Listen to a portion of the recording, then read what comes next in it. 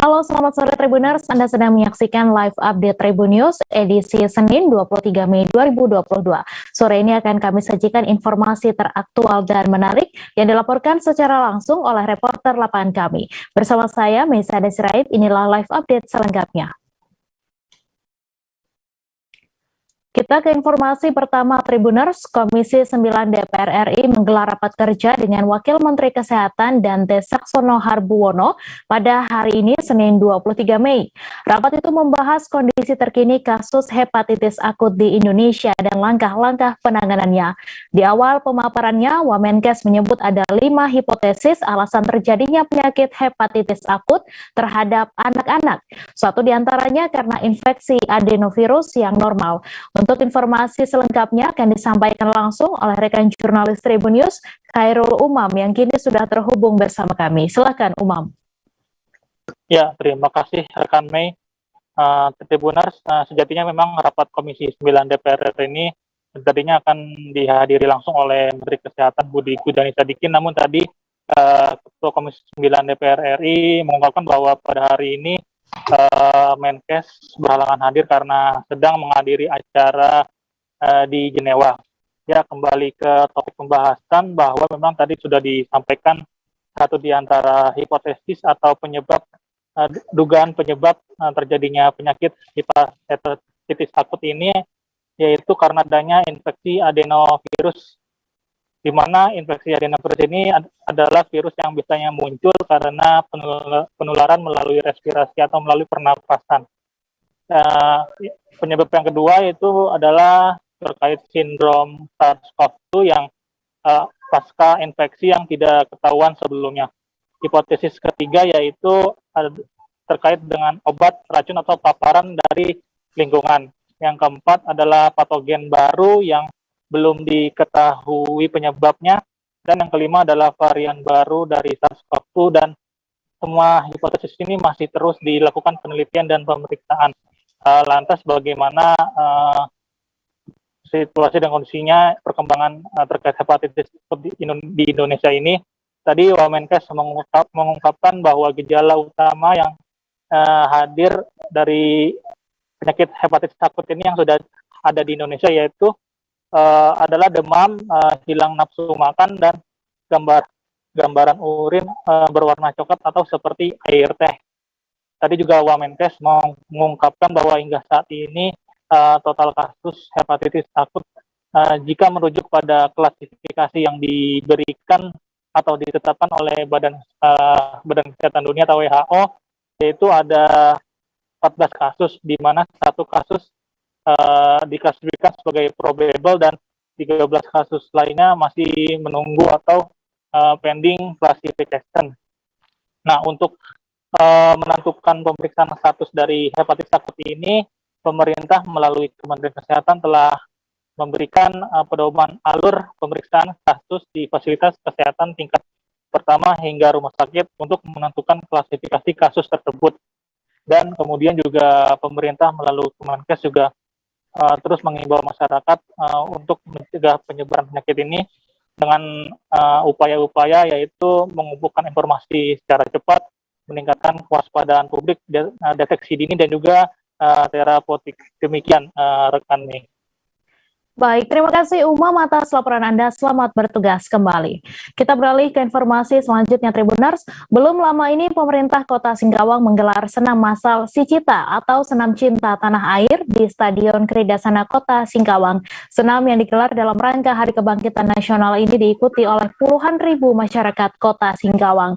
Dengan menggunakan pakaian merah putih, para peserta senam ini tampak asik bergerak mengikuti irama musik.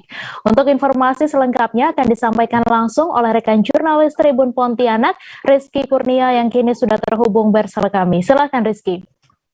Ya, baik Mei dan juga Tribuners. Jadi memang pada Jumat 20 Mei kemarin pemerintah Kota Singkawang menggelar senam massal Sicita atau Senam Cinta Tanah Air di lapangan Stadion Kridasana Kota Singkawang di Provinsi Kalimantan Barat.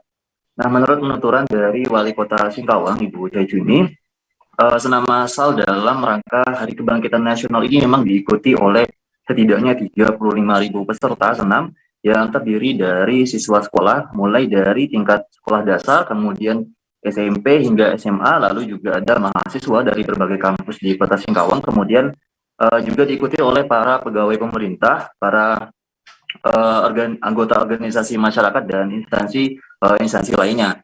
Nah, dalam pergelaran senam masal ini memang hampir seluruh peserta senam menggunakan pakaian berwarna merah dan putih. Namun banyak juga peserta yang menggunakan warna pakaian lain sesuai dengan pakaian olahraga mereka.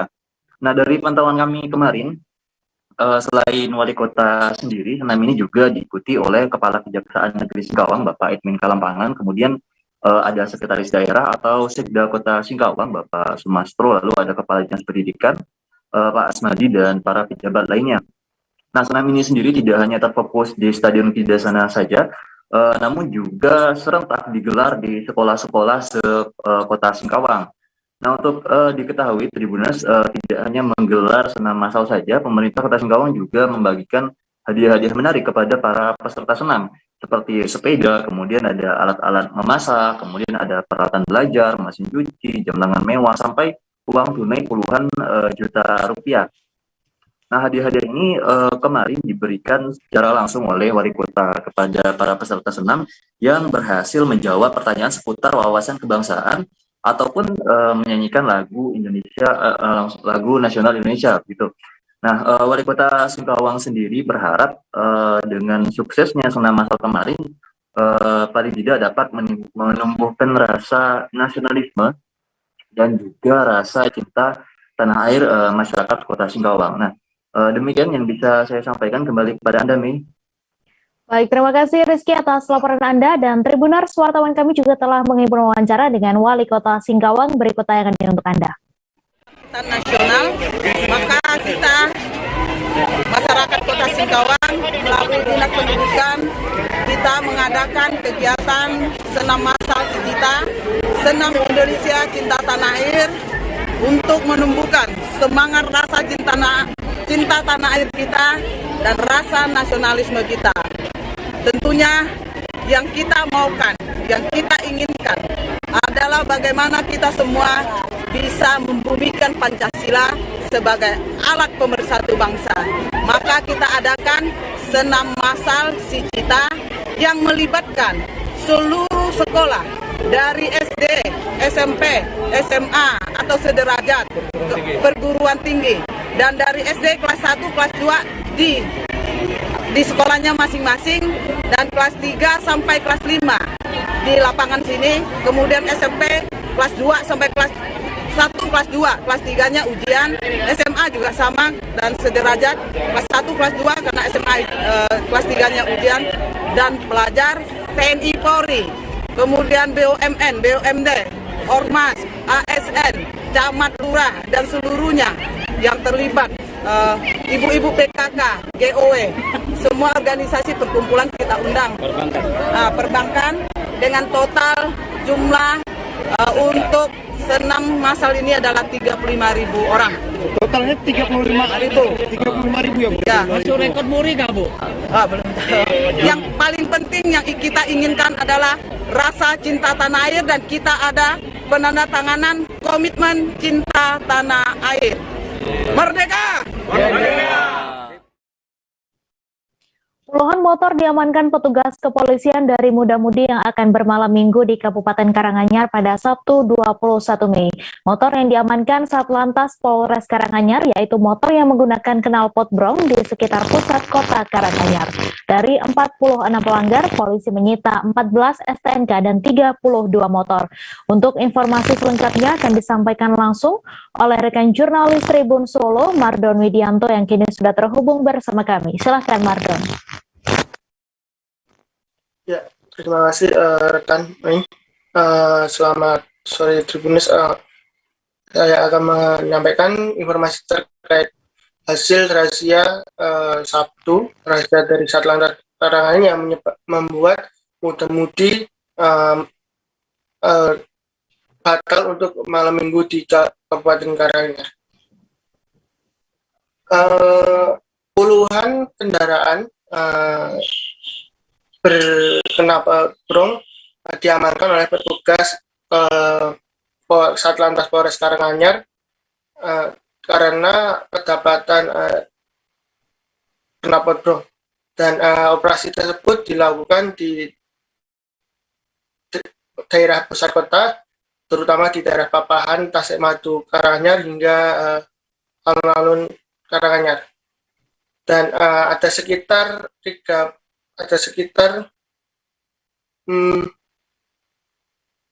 lebih dari 40, sekitar puluhan kendaraan yang disita, baik yang disita kendaraannya maupun surat-surat demikian. Ya, baik. Terima kasih Mardon atas laporan Anda. Selamat bertugas kembali. Penyakit mulut dan kuku atau PMK yang semula menjangkiti ternak sapi di Jawa Timur belakangan sudah ditemukan di 3 daerah di Sumatera Selatan. Di antaranya yakni Kota Lubuk Linggau, Kabupaten Ogan Komering Ilir, dan Musirawas dengan temuan 7 dari 8 sapi yang diperiksa positif terkena penyakit mulut dan kuku. Temuan penyakit ini rupanya belum menyita perhatian besar oleh konsumen juga produsen daging di Sumatera Selatan karena penjualan daging hingga kini tidak terdampak. Untuk informasi selengkapnya akan disampaikan langsung oleh rekan jurnalis Tribun Sumsel, Hartati, yang kini sudah terhubung bersama kami. Silakan Hartati. Iya, selamat sore rekan Mei. Selamat sore Tribuners. Dapat saya informasikan bahwa penjualan daging sapi di Sumatera Selatan, baik itu di pasar retail modern hingga pasar tradisional, itu saat ini tidak terdampak oleh isu penyakit mulut dan kuku yang menjangkiti sapi. Penyakit mulut dan kuku ini sudah ada di wilayah Sumatera Selatan, yakni di Kota Lubuk Linggau, Musirawas, dan Ogan Komering Ilir. Dari 8 sampel sapi yang diperiksa, 7 diantaranya positif mengidap penyakit mulut dan kuku. Namun pedagang di pasar tradisional mengatakan bahwa penjualan mereka tidak terdampak. Namun yang membuat penjualan ini cukup turun adalah karena memang harga sejak Lebaran lalu hingga saat ini harganya masih sama tinggi, yakni dibanderol 150.000 per kilogram. Dan harganya tidak turun hingga saat ini. Selain itu, penjualan tidak terdampak karena daging sapi yang dijual ini adalah daging yang dipotong di rumah pemotongan hewan yang dikelola oleh Dinas Peternakan dan Pertanian Kota Palembang. Jadi ini sudah lulus karantina dan uji kesehatan sehingga daging yang diedarkan ini layak konsumsi seperti itu. Begitu juga dengan di pasar retail modern, ada 2 pasar retail modern yang sempat saya wawancarai, yakni di Carrefour dan juga di Foodmart. Nah, keduanya ini juga mengatakan sama. Nah, mereka mengatakan bahwa pasokan daging ini ada yang lokal dan juga impor. Untuk yang impor sendiri ini berasal dari Australia dan lokal ini adalah juga dari Jawa. Namun walaupun ini tetap didapat dari produsennya karena supermarket ini adalah terpusat secara nasional, namun mereka memastikan bahwa daging sapi yang dipasok ini juga aman dan layak dikonsumsi karena sudah lulus karantina dan juga sudah lulus uji kesehatan. Seperti itu, Mei. Jadi konsumen juga tidak perlu khawatir untuk membeli atau mengkonsumsi daging sapi ini karena dipastikan sehat dan layak konsumsi, baik itu secara dipotong di pasar tradisional ataupun melalui pasar retail modern. Seperti itu, Mei. Baik, terima kasih Hartati atas laporan Anda. Selamat bertugas kembali. Kantor Imigrasi Kelas 1 khusus TPI Batam kembali membuka pelayanan paspor di hari Minggu. Layanan ini sebelumnya sempat berhenti beroperasi selama lonjakan kasus di masa pandemi COVID-19. Sejak dibuka kembali, layanan ini langsung dipadati warga Kota Batam yang ingin mengurus paspor di hari Minggu. Untuk informasi selengkapnya akan disampaikan langsung oleh rekan jurnalis Tribun Batam, Hening Sekar Utami, yang kini sudah terhubung bersama kami. Silakan, Hening. Baik, terima kasih rekan Mei. Saya informasikan kepada Tribuners semua bahwa di Batam sendiri, Imigrasi Batam kembali membuka layanan pembuatan atau perpanjangan paspor yang khusus dibuka di hari Minggu. Layanan ini dijuluki dengan nama Pasar Minggu. Diperuntukkan bagi warga Batam yang ingin mengurus paspor di luar hari kerja. Dan unit layanan ini berlokasi di lantai 2 Mall Botania 2, Kelurahan Belian, Kecamatan Batam Kota, Batam. Dan jam operasionalnya sendiri dibuka menyesuaikan dengan jadwal buka tutup mall. Oleh karena lokasinya yang berada di mall, unit layanan ini dinilai lebih terjangkau bagi warga yang tidak memiliki waktu luang di hari-hari kerja untuk mengurus paspor. Jadi warga bisa datang di hari Minggu atau di akhir pekan sambil berjalan-jalan di Mall Botania dan juga sembari mengurus paspor. Nah, seperti diketahui, layanan ini sempat berhenti sementara selama 2 tahun di masa pandemi COVID-19. Dan sejak dibuka kembali pada hari Minggu lalu, layanan ini langsung ramai dipadati oleh warga Batam. Ada warga Batam yang langsung membawa berkas-berkas persyaratannya untuk mengurus paspor, dan ada pula yang cuman sekedar menanyakan informasi lebih lanjut terkait prosedur pembuatan paspor ini. Dan tugas di lokasi sendiri mengatakan bahwa untuk prosedurnya, sebelum datang ke unit layanan paspor, pemohon harus terlebih dahulu mendaftarkan diri melalui pesan WhatsApp dengan mencantumkan nama dan data diri lainnya. Kemudian pemohon akan diberikan informasi jadwal dan lokasi dari pihak imigrasi. Kemudian barulah pemohon bisa datang ke unit pelayanan yang disediakan. Dan di unit layanan Mall Botania 2 ini sendiri, pemohon bisa langsung membuat paspor dengan menjalani rekam sidik jari, pengambilan foto, dan juga wawancara. Dan untuk respon warga sendiri sangat antusias. Warga Batam menilai layanan paspor ini dapat memudahkan untuk mengurus paspor di waktu luang atau di hari libur. Nah, selain itu, prosedur dan pelayanannya juga dinilai mudah dan cepat, mulai dari proses pendaftaran sampai dengan wawancara. Kemudian diketahui sejak border dibuka, ataupun itu masuk dibuka antara Indonesia dengan negara Singapura dan Malaysia, warga Batam memang banyak yang langsung mengurus paspor untuk bepergian ke luar negeri. Nah, beberapa di antara warga yang mengantre paspor kemarin, itu ada juga pemohon yang sudah memiliki paspor tapi ingin memperpanjang masa berlaku paspornya. Mereka rindu karena sudah 2 tahun lamanya tidak berkunjung ke luar negeri. Nah, selain di unit pelayanan Mall Botania 2 ini, warga juga bisa mengurus paspor di unit pelayanan lainnya di kawasan Harbor Bay Batu Ampar Batam atau menggunakan layanan kolektif Zip Paspor. Demikian rekan Mei. Baik, terima kasih Hening atas laporan Anda, dan Tribuners, wartawan kami juga telah menghimpun wawancara dengan Kepala Kantor Imigrasi Kelas C1 TPI Batam serta pengguna layanan paspor. Berikut tayangannya untuk Anda. Yang kita buat di Kantor Imigrasi Kelas 1 TPI Batam. Kenapa ada beberapa masyarakat yang di hari kerja Senin sampai Jumat? Sebenarnya dia habis. Yang kita buat di Kantor Imigrasi Kelas 1 TPI Batam. Kenapa ada beberapa masyarakat yang di hari kerja Senin sampai Jumat kan tidak bisa untuk melakukan pembuatan paspor. Jadi dengan inovasi ini kita buat nih hari Minggu, dibilangnya pasar Minggu, layanan paspor di hari Minggu. Jadi orang-orang yang tadinya Senin sampai Jumat sibuk nggak bisa deh untuk melakukan pembuatan paspor dan penyajian paspor. Itu inovasi.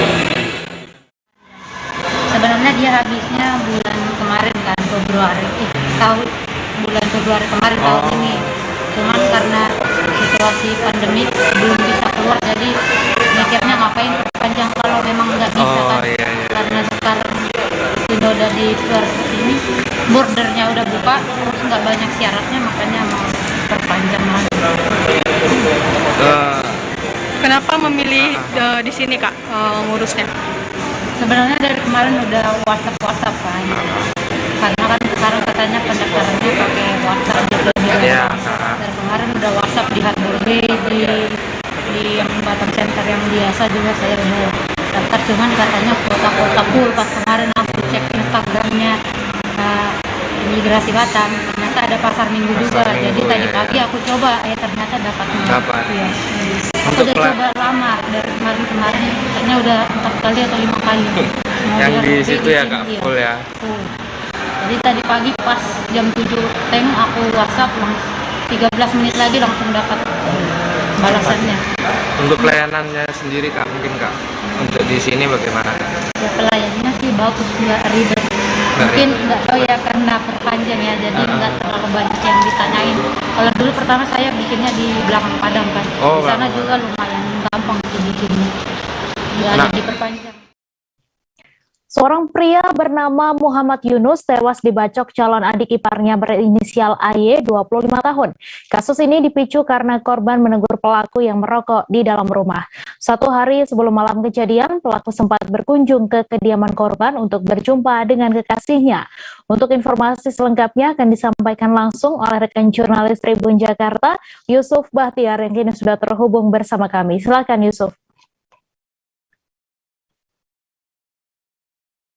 Selamat sore Mei dan juga Tribuners, bisa saya sampaikan peristiwa ini terjadi pada Minggu malam sekitar pukul 20.00 WIB di Gangseng, Kelurahan Bintara, Kecamatan Bekasi Barat, Kota Bekasi. Adapun korban merupakan kakak ipar dari kekasih pelaku bernama berinisial AY. Pelaku adalah warga Pondok Kopi, Jakarta Timur. Ia pada Sabtu tanggal 21 Mei 2022 kemarin sempat berkunjung ke kediaman kekasihnya di Bintara. Lalu pada saat berkunjung itu dia diduga ataupun merokok di dalam rumah. Aktivitas merokoknya itu kemudian mendapat teguran dari kakak ipar kekasihnya, yaitu korban bernama Muhammad Yunus, 25 tahun. Ketika ditegur itu antara korban dan pelaku terjadi cekcok karena pelaku tidak terima ketika ditegur oleh korban. Alasan korban menegur pelaku ketika merokok di dalam rumah karena di dalam rumah sedang ada bayi ataupun balita dari anak korban yang berusia 6 bulan. Adapun si korban menginginkan agar pelaku dapat merokok di luar rumah agar tidak mengganggu bayi yang berusia 6 bulan itu. Lalu pada keesokan harinya malam pada Minggu tanggal 22 Mei 2022 kemarin, korban datang lagi dengan membawa sebilah celurit. Adapun si korban pada saat pelaku datang, ia sedang duduk di sekitar pelataran rumah. Tanpa basa-basi, korban langsung dihajar dengan menggunakan celurit mengenai bagian kepala, pundak, dan juga paha. Adapun aksi ini kemudian tidak dapat dilerai oleh keluarga yang ada di sekitar tempat kejadian karena pelaku melakukan aksinya begitu cepat dan membabi buta. Setelah melukai korban, pelaku langsung kabur menggunakan sepeda motor ke arah Pondok Gede. Adapun warga yang mendengar kegaduhan sempat mengejar pelaku hingga ke dekat pospol Pondok Kopi. Di sana pelaku berhasil diamankan warga dan kemudian diserahkan ke pihak kepolisian. Adapun korban sendiri yang mengalami luka cukup parah sempat dilarikan ke rumah sakit Islam Pondok Kopi, namun nyawanya tidak dapat diselamatkan. Kasus ini selanjutnya dilaporkan ke Polres Metro Bekasi. Saat ini pelaku sudah diamankan dan diduga ataupun dikenakan pasal 340 tentang pembunuhan. Begitu, Mei. Baik, terima kasih Yusuf atas laporan Anda, dan Tribuners, wartawan kami juga telah menghimpun wawancara dengan Ketua RT setempat. Berikut tayangannya untuk Anda. Memang ditemukan di situ ada celurit lokasi karena dibawa ya berarti. Emang dibawa. Jadi pihak tersangka itu udah berencana ingin membalas dendam mungkin atas kejadian sebelumnya. Pak, kalau pas malam kejadian itu situasinya lagi sepi atau gimana kampung sini, Pak?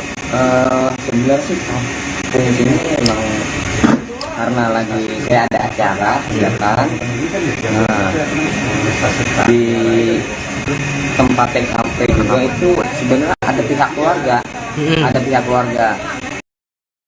Karena pihak keluarga nggak berani membalas gitu ya. Dia melawan karena tersangka membawa senjata tajam. Berarti tersangka itu datang sendiri.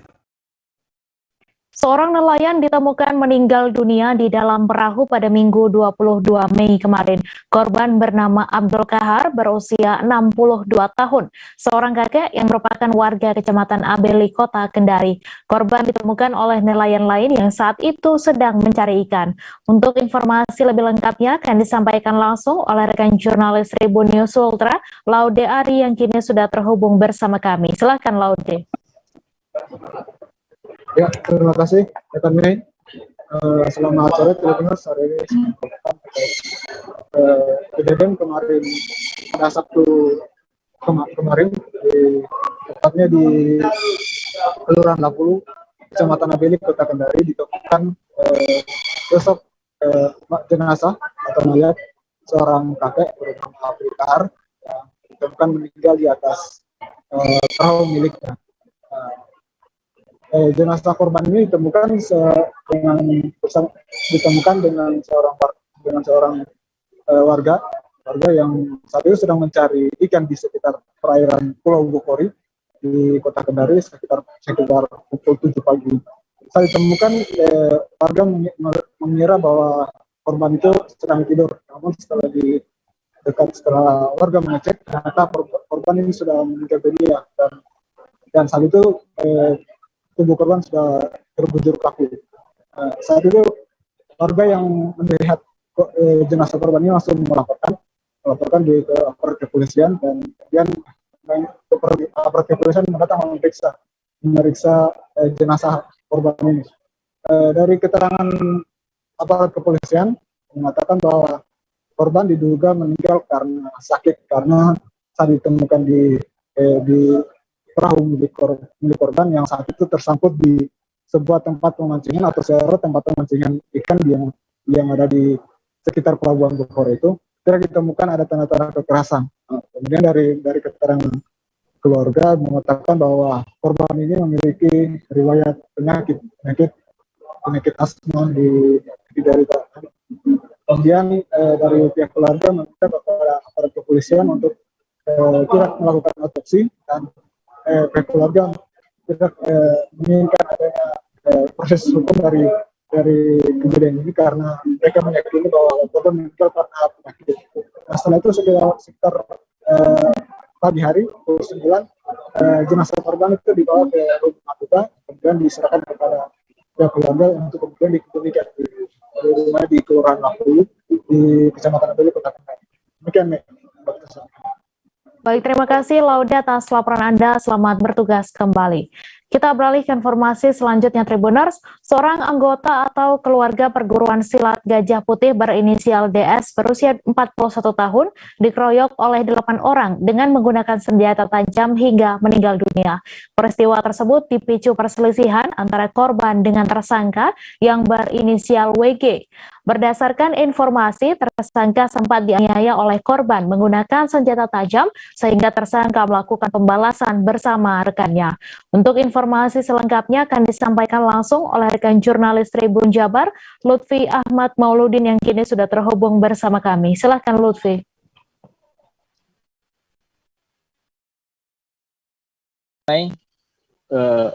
Tribuners dan dimanapun Anda berada, kejadian pengeroyokan terhadap DS yang merupakan salah seorang anggota ataupun keluarga dari perguruan pencaksilat Gajah Putih dikeroyok pada 18 Mei 2020 sekitar pukul 20 waktu Indonesia Barat. Meninggal dunia karena dikeroyok dengan menggunakan senjata tajam oleh 8 orang tersangka. Jajaran kepolisian bertindak cepat dengan dalam waktu 2 kali 24 jam berhasil mengamankan ke-8 tersangka tersebut. Sebagian berhasil diamankan di Majalaya dan sebagian lagi berhasil diamankan di Kabupaten Bandung Barat. Menurut informasi dari kakak ipar korban, Alam, para pengeroyok ataupun para tersangka ini saat melakukan aksinya dengan menggunakan senjata tajam, hingga warga pun yang melihat tak berani untuk melerai ataupun memisahkan saat kejadian tersebut. Namun dari keterangan dari jajaran petugas kepolisian, barang bukti yang berhasil diamankan satu buah senjata tajam berjenis golok dan 4 kendaraan sepeda motor. Nah, walau demikian, menurut Kapolresta Bandung, Kombes Pol Kusworo Wibowo, pihaknya akan terus mendalami kasus tersebut sehingga apa yang terjadi bisa terungkap keseluruhannya. Selain itu, menurut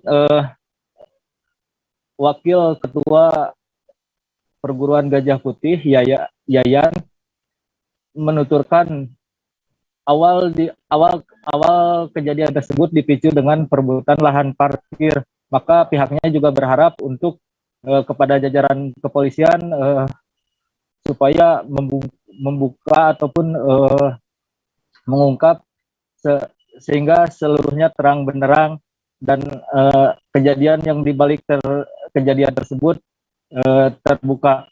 Akibat kejadian tersebut, ke-8 tersangka menurut Kombes Pol Kusworo Wibowo, ke-8 tersangka tersebut terjerat dengan pasal yang berbeda sesuai apa yang telah dilakukan, karena para pelaku ini berperan berbagai macam, maksudnya memiliki perannya masing-masing.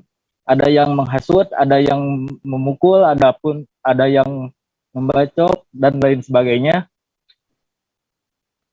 Maka yang dijeratkan adalah pasal 170 terkait pengeroyokan dengan ancaman hukuman 12 tahun penjara, lalu pasal 160 terkait penghasutan dengan ancaman 6 tahun penjara, dan pasal 365 terkait pencurian dan kekerasan dengan ancaman hukuman 9 tahun penjara. Hal tersebut karena pasal 365 diterapkan karena terdapat barang-barang korban yang dibawa oleh para pelaku. Nah, untuk kejadian tersebut, kejadian pengeroyokan tersebut terjadi di Katapang, tepatnya di dekat rumah paman korban sendiri. Mei, mungkin cukup sekian. Ya, baik, terima kasih Lutfi atas laporan Anda, dan Tribuners, wartawan kami juga telah menghimpun wawancara dengan Kapolresta Bandung. Berikut tayangannya untuk Anda. Polresta Bandung melaksanakan kegiatan press conference berkaitan dengan ungkap kasus kejadian penganiayaan yang dilakukan secara bersama-sama yang mengakibatkan korban meninggal dunia.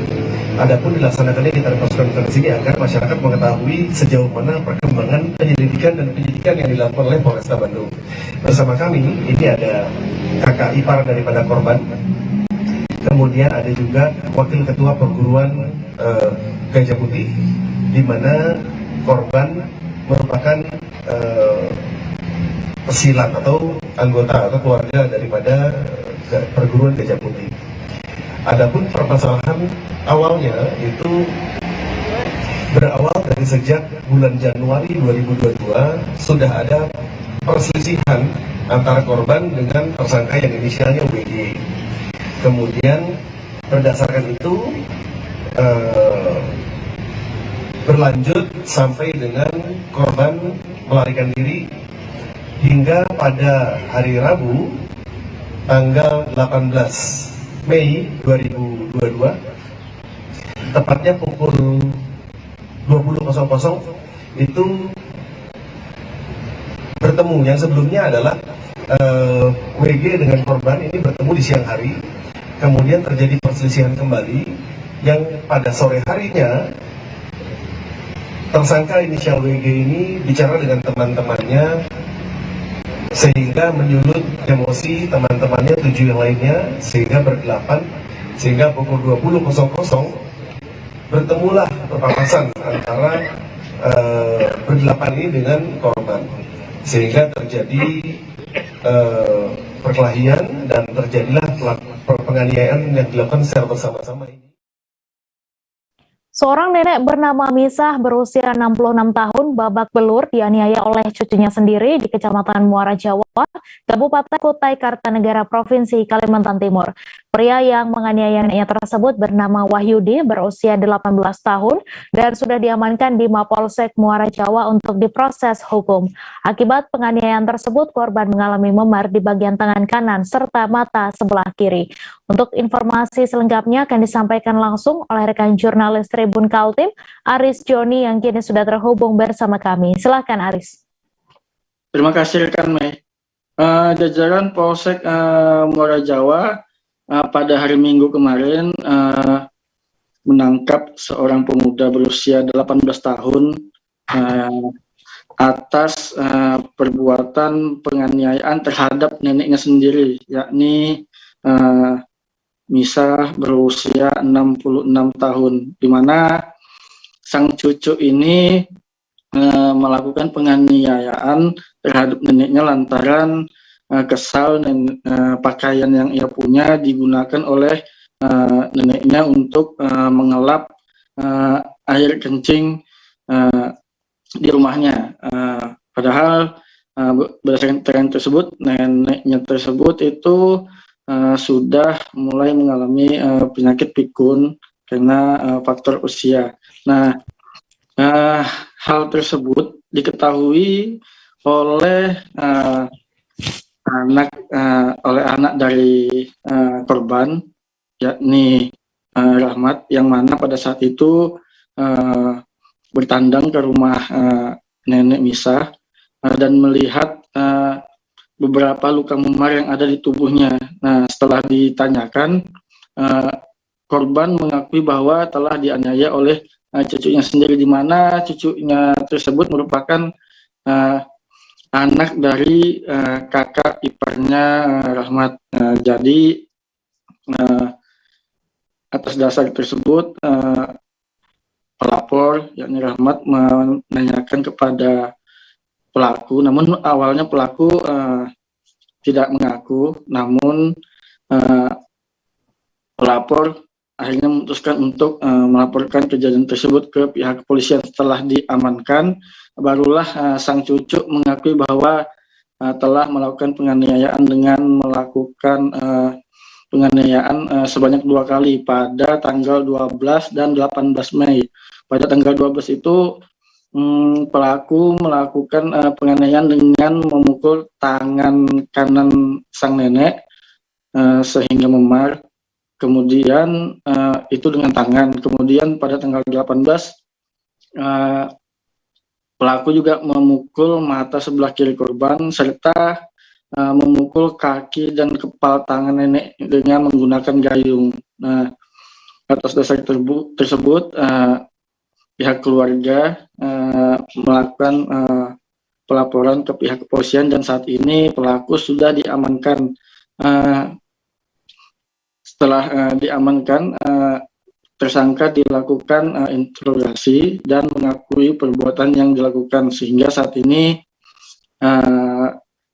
tersangka tengah menjalani proses hukum di Mapolsek Muara Jawa, Kecamatan Muara Jawa, Kabupaten Kutai Kartanegara. Dari informasi yang Tribun Kaltim himpun bahwa awalnya sang cucu ini disuruh oleh orang tuanya untuk menjaga sang nenek, namun penganiayaan tersebut dilakukan karena kesal pakaian yang ia punya dijadikan lap oleh nenek untuk bersihkan air kencing. Begitu, Mei. Baik, terima kasih Aris Joni atas laporan Anda. Selamat bertugas kembali. Perampok toko rias milik Trianto di Jalan Kebun Kopi, Kelurahan Ciberem, Kecamatan Cimahi Selatan, Kota Cimahi, akhirnya diringkus polisi. Sebelumnya, toko rias tersebut dirampok pada 5 April 2022 lalu. Dalam melancarkan aksinya, pelaku berinisial AT dan AK menyekap dan mengikat korban pada sebuah manekin selama 4 jam. Kemudian pelaku juga membawa kabur barang berharga termasuk 1 unit sepeda motor milik korban. Untuk informasi lebih lengkapnya akan disampaikan langsung oleh rekan jurnalis Tribun Jabar, Hilman Kamaludin, yang kini sudah terhubung bersama kami. Silakan Hilman. Ya, selamat sore Mei.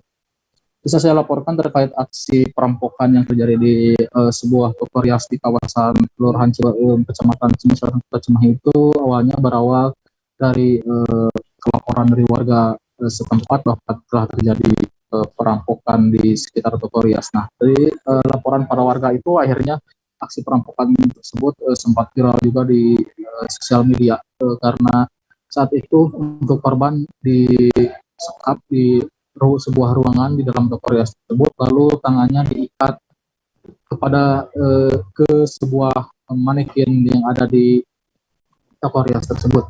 Kemudian setelah itu, selama itu korban juga tidak bisa lepas dari ikatannya dan baru keluar bisa melepaskan diri 5 April 2022 lalu atau pas bulan Ramadan.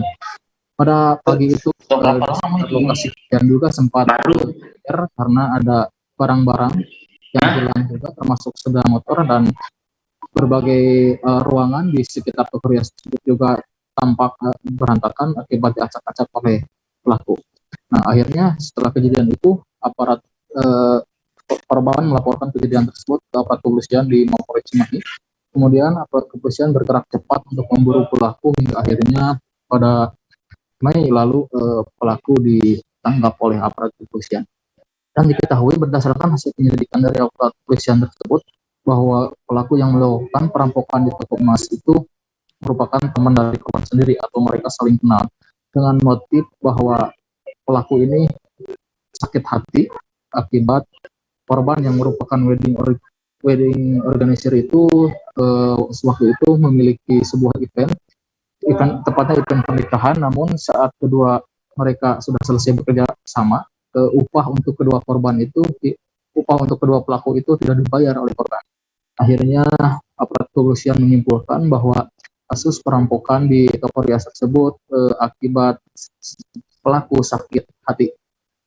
Nah, kemudian akibat kejadian itu juga selain korban kehilangan barang-barang berharga termasuk berbagai alat toko rias dan 1 unit sepeda motor, korban juga mengalami luka karena korban juga mendapat kekerasan dari kedua pelaku ini. Akhirnya setelah kejadian itu, setelah melaporkan ke aparat kepolisian, korban juga sempat mendapat perawatan di rumah sakit sebelum divisum hingga akhirnya kasus tersebut dibongkar oleh aparat kepolisian. Nah, kemudian aparat kepolisian juga melakukan pengembangan pemeriksaan terhadap kedua pelaku ini. Dan mereka juga mengaku bahwa motif dari perampokan tersebut karena memang mereka sakit hati.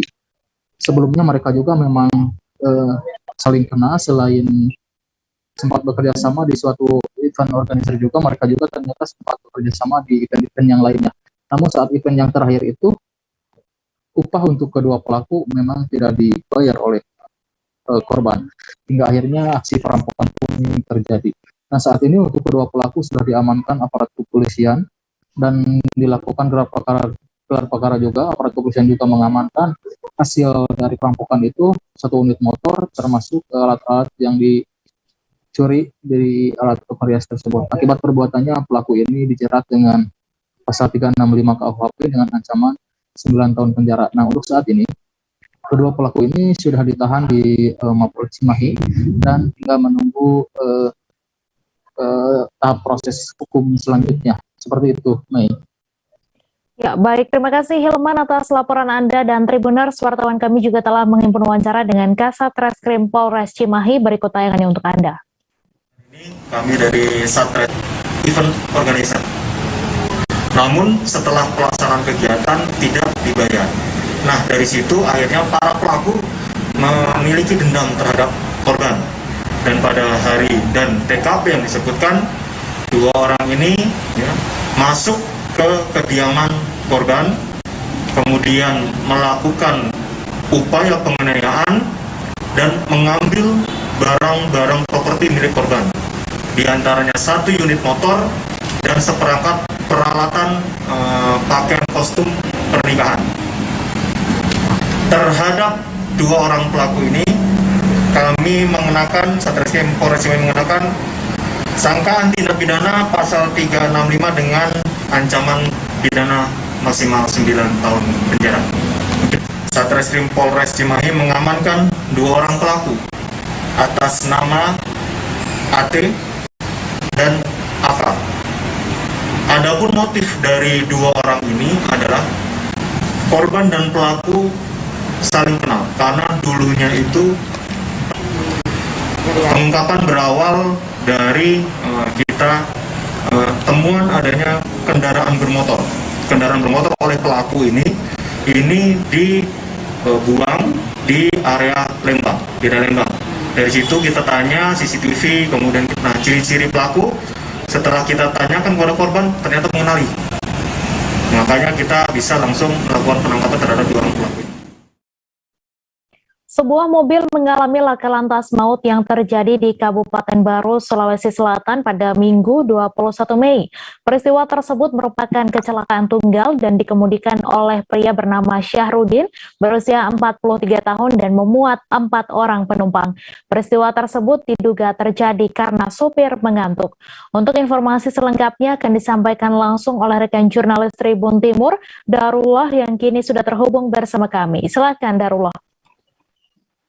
Iya, Tribuners, selamat sore.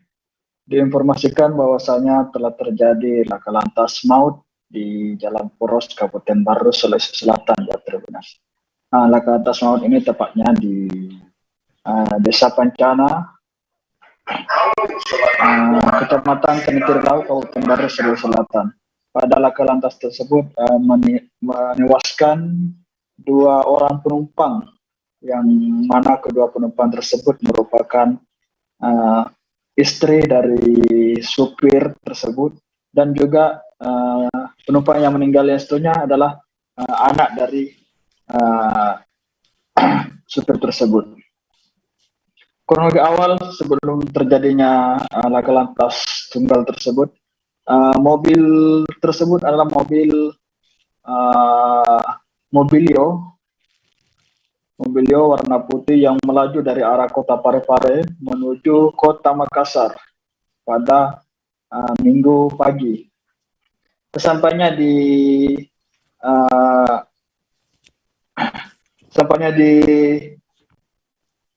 Jalan Poros Baru, yang tepatnya di Dusun Kaworo, Desa Pancana, Kecamatan Tretelau, mobil tersebut alami laka lantas yang diakibatkan karena supir mengantuk, sehingga mobil lari ke kiri dan kehilangan kendali sehingga menabrak pot bunga yang merupakan milik warga yang ada di pinggir jalan poros tersebut. Setelah menabrak pot, kemudian mobil tersebut menabrak dinding atau pagar dinding rumah makan yang ada di jalan tersebut, hingga mobil tersebut terhenti karena setelah menabrak dinding tersebut. Mobil yang alami laka lantas ini dikemudi oleh Syahrudin yang merupakan warga kota Parepare, tepatnya di Jalan Petana Rajeng, Kelurahan Ujung Baru, Kecamatan Soreang, Kota Parepare. Jadi Syahrudin ini sendiri diketahui berumur 43 tahun, yang mana kondisi supir ini tidak apa-apa atau selamat pada kecelakaan tersebut. Namun disayangkan istri bersama 1 anaknya harus meninggal dunia pada laka lantas tersebut.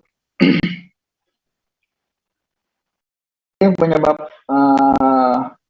terjadinya kecelakaan tersebut juga karena supir mengantuk sehingga menewaskan istri bersama 1 anaknya. Istri dari supir tersebut atas nama Marlianti Ibrahim yang masih berusia 43 tahun. Marlianti ini sendiri pada laka lantas tersebut meninggal di TKP. Sementara 1 korban lagi yang meninggal atas nama Marcella yang masih berusia 17 tahun.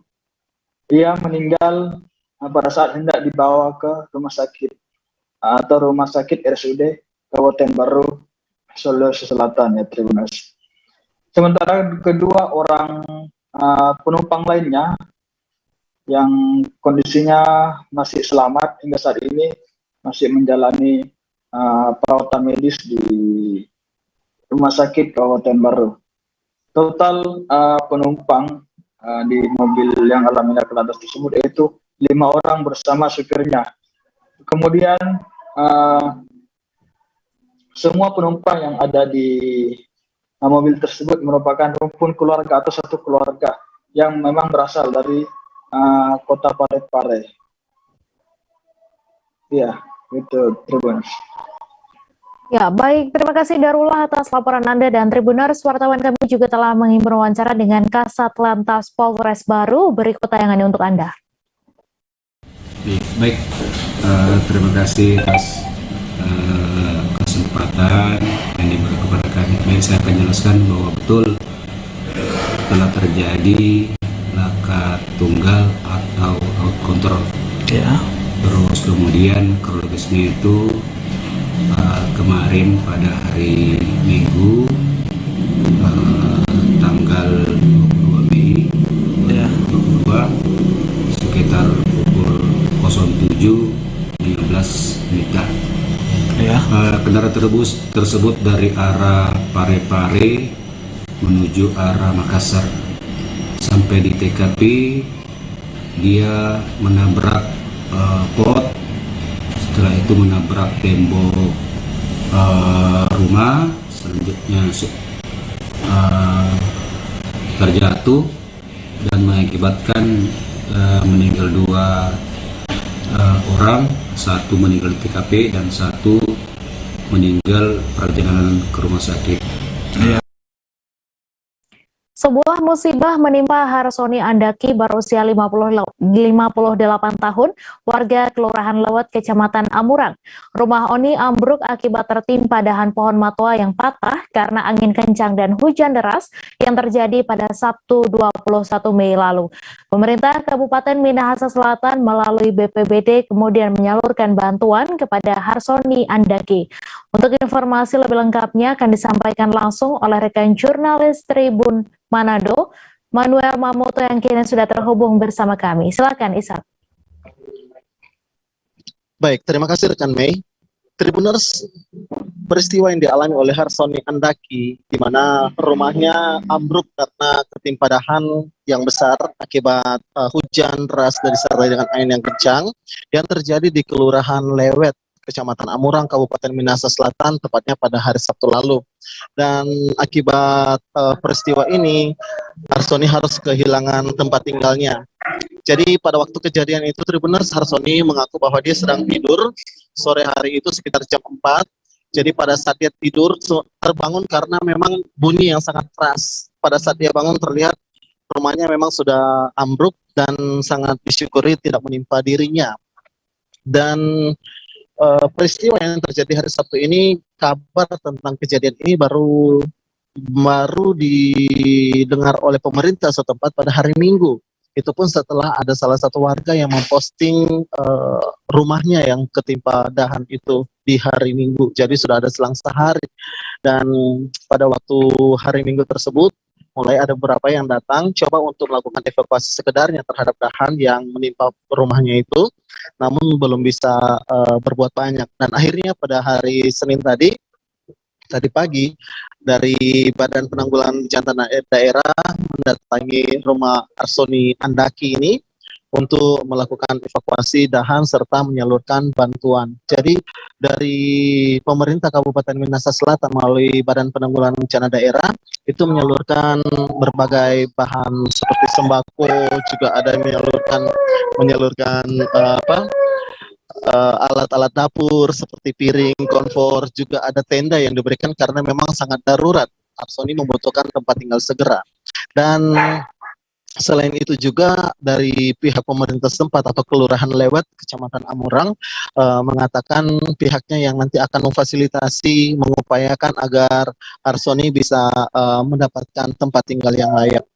Dan atas kejadian ini memang Arsoni sampai saat ini juga masih sangat membutuhkan bantuan dari pemerintah dan masyarakat, karena dari apa yang dia terima tersebut dia masih agak kesulitan, apalagi kalau misalkan hujan ataupun disertai dengan angin kencang, dia memang sama sekali tidak bisa menempati rumah yang telah ambruk itu. Demikian rekan Mei yang dapat saya laporkan dari Minahasa Selatan. Kembali ke rekan Mei. Terima kasih rekan Isa atas laporan Anda, dan Tribuners, wartawan kami juga telah menghimpun wawancara dengan Kabid Kedaruratan. Berikut tayangannya untuk Anda. Menerima informasi sekitar pukul 4 sore, karena mengingat sudah hampir malam, sehingga kami ambil kesimpulan pagi hari ini. Setelah apel, kami langsung turun ke lokasi, dan saat ini bersama dengan Terompe Ibu Sek, langsung yang pimpin. Luar biasa. Ibu Sek enggak. Ya, yang saat ini bersama-sama dengan kami akan menyalurkan bantuan berupa kasur, peralatan makan, peralatan masak, kompor gas, dan juga sembako, dan ada terpal. Jadi kami akan memberikan bantuan kepada keluarga yang terdampak bencana saat ini. Dan kami pun saat ini bersama dengan tim, sambil menunggu tim yang lain, kami akan melakukan pembersihan di lokasi bencana. Iya, sekali. Hujan badai disertai puting beliung yang melanda Kota Pekanbaru pada Minggu 22 Mei dini hari kemarin mengakibatkan terjadinya sejumlah kerusakan. Di antaranya lokasi yang terdampak paling parah yakni di Jalan Duyung, Kota Pekanbaru, di mana ada suatu baliho yang tumbang sehingga menyebabkan gapura dan warung rubuh karena tertimpa. Untuk informasi selengkapnya akan disampaikan langsung oleh rekan jurnalis Tribun Pekanbaru, Fernando Sikumbang, yang kini sudah terhubung bersama kami. Silakan Fernando.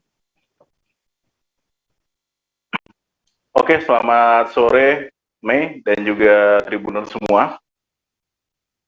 Oke, pada Minggu dini hari kemarin, Kota Pekanbaru dilanda hujan deras disertai angin kencang, dan juga terjadi angin puting beliung di beberapa lokasi, sehingga beberapa lokasi di Kota Pekanbaru terkena dampak angin puting beliung yang terjadi pada sejak Minggu dini hari hingga Minggu pagi, Mei.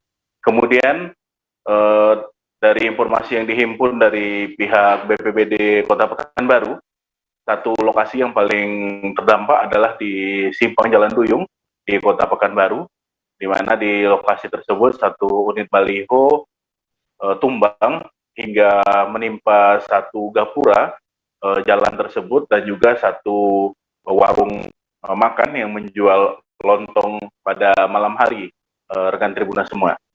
Dan pada saat kejadian beruntung tidak ada korban jiwa, karena saat itu pemilik warung bersama sejumlah anaknya langsung melarikan diri ketika kejadian terjadi. Namun mereka menyaksikan seperti apa ganasnya angin puting beliung sehingga menyebabkan satu unit baliho di kawasan tersebut rubuh hingga menimpa warung yang berjualan lontong, dan juga menjual dan juga satu unit gapura. Hingga kemarin proses evakuasi terhadap unit baliho tersebut dan juga proses perbaikan di gapura sudah dilakukan, Tribuners. Dan memang cukup memakan waktu karena unit baliho yang terjatuh tersebut ukurannya cukup besar, sedangkan dari pemilik baliho memiliki peralatan yang minim, sehingga proses evakuasi terhadap baliho yang melintang di Jalan Duyung itu membutuhkan waktu hampir 1 hari, Tribuners. Begitu juga dengan proses perbaikan dari gapura tersebut, dan mereka membongkar gapura tersebut agar masyarakat yang berada di sekitar Jalan Duyung bisa melintas untuk menuju Jalan Tol Kota Pusta yang kebetulan memang posisinya berada di dekat persimpangan jalan tersebut, Tribuners semua. Dan untuk di lokasi lainnya juga terjadi, pihak BPBD juga mendata dan mendapati sejumlah lokasi, tidak hanya terjadi di satu lokasi saja, namun ada unit baliho lainnya yang tumbang di sekitar Mall SKA, di depan Mall SKA tepatnya. Kemudian di beberapa pohon juga tumbang di beberapa titik. Namun pihak BPBD sudah memastikan tidak ada korban jiwa akibat kejadian angin puting beliung yang berlangsung pada Minggu dini hari kemarin, Tribuners. Kemudian informasi lainnya disampaikan oleh BPBD, pemilik baliho mengaku bakal bertanggung jawab, bakal melakukan ganti rugi, dan mereka bakal membangun kembali gapura yang sudah rusak parah karena ditimpa oleh baliho tersebut. Pemilik baliho mengaku siap untuk bertanggung jawab atas kejadian yang terjadi pada Minggu dini hari kemarin. Pihak pemilik baliho juga mengaku bakal mengganti rugi warung yang juga ikut tertimpa pada Minggu dini hari kemarin, Tribuners semua. Dan memang pihak BPBD sudah berkoordinasi dengan pihak BMKG, dan memang data dari BMKG menyatakan potensi hujan deras dan angin kencang di Kota Pekanbaru, dan juga potensi ekstrim masih bakal terjadi, Tribuners, karena memang pada bulan Mei ini BMKG masih memprediksi di Kota Pekanbaru bakal terjadi cuaca ekstrim, sehingga pihak BPBD Kota Pekanbaru mengimbau kepada seluruh masyarakat agar bisa mewaspadai dan melakukan antisipasi dini terhadap ancaman-ancaman dari potensi hujan deras dan juga angin kencang yang bakal terjadi di Kota Pekanbaru. Karena memang untuk peralihan cuaca pada saat ini tidak bisa diprediksi, dan cuaca ekstrim masih bakal berlangsung pada bulan Mei ini, sehingga mereka mengimbau agar masyarakat lebih waspada, terutama saat berada di luar rumah. Begitu, Mei, laporan dari Kota Pekanbaru. Baik, terima kasih Fernando atas laporan Anda, dan Tribuners, wartawan kami juga telah menghimpun wawancara dengan Kepala Pelaksana BPBD Kota Pekanbaru. Berikut tayangannya untuk Anda. Terjadi sebuah baliho tumbang, ya, tepatnya persis di dekat Jalan Duyung, ya, Kecamatan Marpoen Damai. Di sini pun tadi hadir bersama kita Pak Lurah, Ketua Pemuda Milenial Bung Iris Tepa, dan juga Pak RT, Pak RW perangkat jajarannya beserta kami BPBD melihat langsung ke lokasi dan melakukan koordinasi. Yang mana kita lihat sendiri pada saat ini salah satu pemilik baliho ini siap bertanggung jawab atas kejadian yang terjadi pada tadi pagi, ya, tadi subuh dini tadi, ya, dini hari tadi. Sehingga nantinya apa yang menjadi kerusakan-kerusakan tersebut merupakan tanggung jawab daripada pemilik baliho tersebut. Dan harapan kami pun, ya, kepada pemilik baliho khususnya untuk bisa secara berkala melakukan yang namanya pengecekan terhadap kondisi, ya, kondisi baliho. Apalagi kita saat ini dihadapkan dengan situasi cuaca ekstrim, ya, sehingga harapan kami mohon dilakukan pengecekan terhadap baliho-baliho ada kepada para pemilik, sehingga nantinya tidak merugikan pemilik itu sendiri ataupun orang lain, khususnya yang terdekat dari baliho tersebut. Ini yang menjadi harapan kami. Banjir luapan air Sungai Nyelum di Kampung Longsam, Kecamatan Tanjung Palas Barat, Bulungan, Kalimantan Utara menyebabkan akses Jalan Tanjung Selor menuju 3 kecamatan di daerah hulu Sungai Kayan putus pada Sabtu 21 Mei. Luapan air anak Sungai Kayan itu setinggi dada orang dewasa dan merendam akses jalan. Padahal jalan ini merupakan akses utama bagi masyarakat di 3 kecamatan, yakni Tanjung Palas Barat, Peso Ilir, dan Peso. Untuk informasi selengkapnya akan disampaikan langsung oleh rekan jurnalis Tribun Kaltara, Georgie Santana Silalahi, yang kini sudah terhubung bersama kami. Silakan rekan Georgie. Baik, selamat sore Tribuners. Selamat sore ini Sungai Nyelum meluap genangi 3 wilayah kecamatan di Bulungan. Bahwasanya ini adalah memang benar di mana akses Peso, Ilir, dan Tanjung Palas Barat menuju ke ibu kota Kabupaten Tanjung Selor, yang dimana kemarin hingga saat ini pantauan air masih menggenangi daerah tersebut setinggi dada orang dewasa. Bahwasanya air ini merupakan dari hulu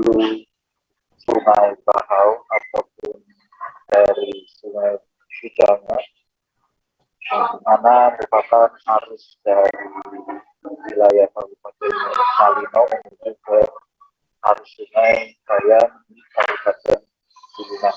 Bahwasanya semua di daerah 3 kecamatan itu memang mengalami cuaca intensitas yang cukup tinggi, yaitu hujan di beberapa hari kemarin.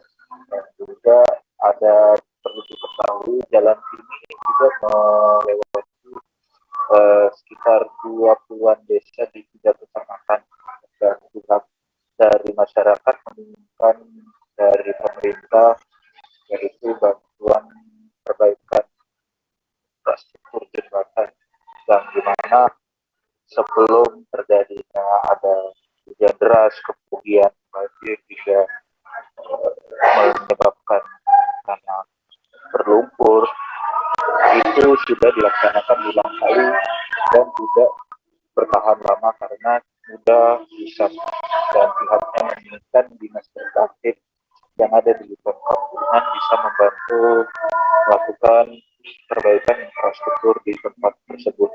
Bahwasanya akibat terputusnya akses jalan ini juga memberatkan para masyarakat untuk beraktivitas sehari-hari di sekitaran 3 kecamatan tersebut, dan ekonomi masyarakat di desa tersebut atau maksudnya di 3 kecamatan tersebut mengalami tersendat untuk melakukan logistik barang dari ibu kota Kabupaten Bulungan, yaitu Tanjung Selor. Dan pihak BPBD sudah melakukan konfirmasi bahwasannya di daerah Jalan Kampung Longsang, Kecamatan Tanjung Baras Barat itu di sekitaran Sungai Nyelung sudah mengalami surut air, di mana titik utama untuk mengetahui genangan air terjadi begitu tinggi yaitu berasal dari Pesong. Jikalau sudah di bawah angka 7, yaitu berkisar angka 5 hingga 4, itu bisa ditandakan daerah Pesong sudah aman dari genangan air tingginya sebadan, sudah tidak ada lagi di daerah tersebut, melainkan arus genangan air itu sudah surut menuju ke Sungai Kayan yang ada di Kecamatan Tanjung Selor, dan beberapa wilayahnya sudah mengalami dampaknya dan sudah selesai genangan-genangan air yang memakan jalan di beberapa ruas jalan Tanjung Selor. Dan pihak dari masyarakat juga menginginkan apabila pemerintah bisa melakukan kegiatan beri bantuan ataupun salah satunya yang tadi saya sampaikan, perbaikan infrastruktur bisa menjadi hal utama yang segera dilaksanakan oleh pemerintah. Demikian yang bisa dapat saya sampaikan, kembali ke studio. Terima kasih. Baik, terima kasih Georgia atas laporan Anda. Selamat bertugas kembali. Kita beralih ke informasi selanjutnya, Tribuners. Pencarian Laode Husni, warga negeri Haruru, Kecamatan Amahai, Maluku Tengah yang hilang di Pantai Makariki memasuki hari kedua. Kantor Basarnas Ambon mengerahkan 10 personil untuk melakukan pencarian hari ini. Dalam upaya pencarian itu, pihaknya menggunakan 1 unit perahu karet, 3 alat selam, dan 1 alat pendeteksi objek pencarian. Untuk informasi selengkapnya akan disampaikan langsung oleh rekan jurnalis Tribun Ambon, Lukman Mukadar, yang kini sudah terhubung bersama kami. Silakan Lukman.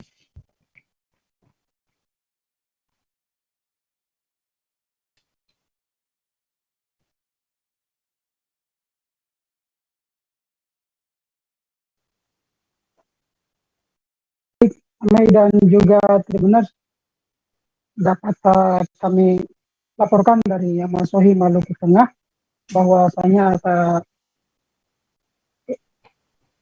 minggu dini hari kemarin ada kasus orang hilang yang terjadi di negeri Makariki, Kecamatan Amahai, Kabupaten Maluku Tengah, dan ini yang keluarga dari Laode Husni. Laode Husni ini dikatakan hilang pada hari kemarin, yang pergi mencari ikan bersama sejumlah keluarganya. adik, kemudian sepupu dan juga pamannya yang kemudian dikabarkan hilang pada malam itu.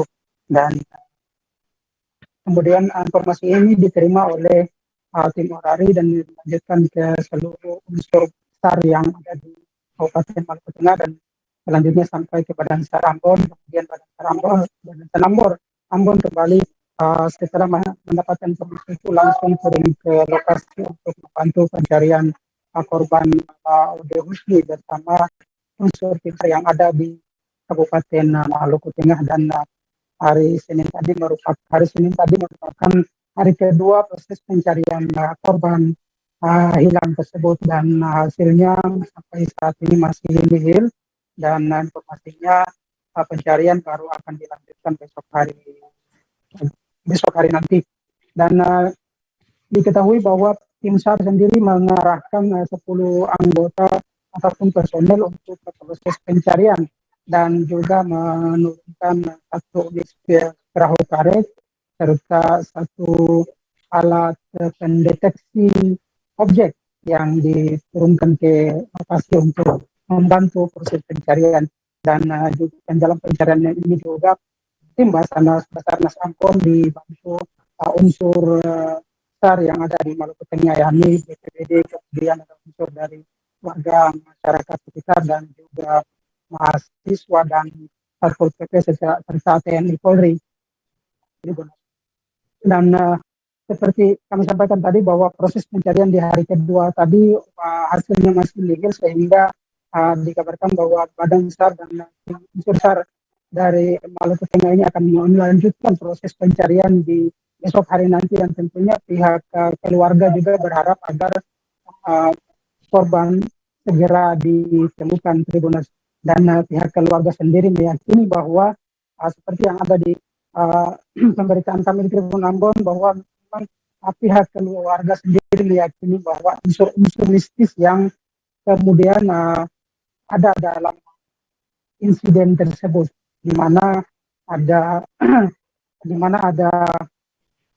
proses hilangnya korban ini, tentunya ada yang mengambil begitu, yang tentunya ini adalah serial gaib atau mistis, Tribun. Begitu, Mei. Ya, baik. Terima kasih Lukman atas laporan Anda. Selamat bertugas kembali.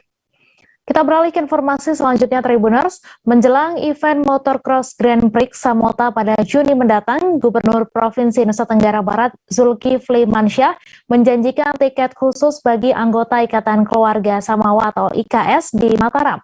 Dalam kesempatan itu, Gubernur Zulkifli Mansyah menyinggung keberhasilan event MotoGP Mandalika, di mana penyelenggaraan event MotoGP Mandalika dinilai memaksa daerah untuk mengakselerasi pembangunan. Untuk informasi lebih lengkapnya akan disampaikan langsung oleh rekan jurnalis Tribun Lombok, Patayatul Wahidah, yang kini sudah terhubung bersama kami. Silakan, Ida. Ya, halo rekan Mei.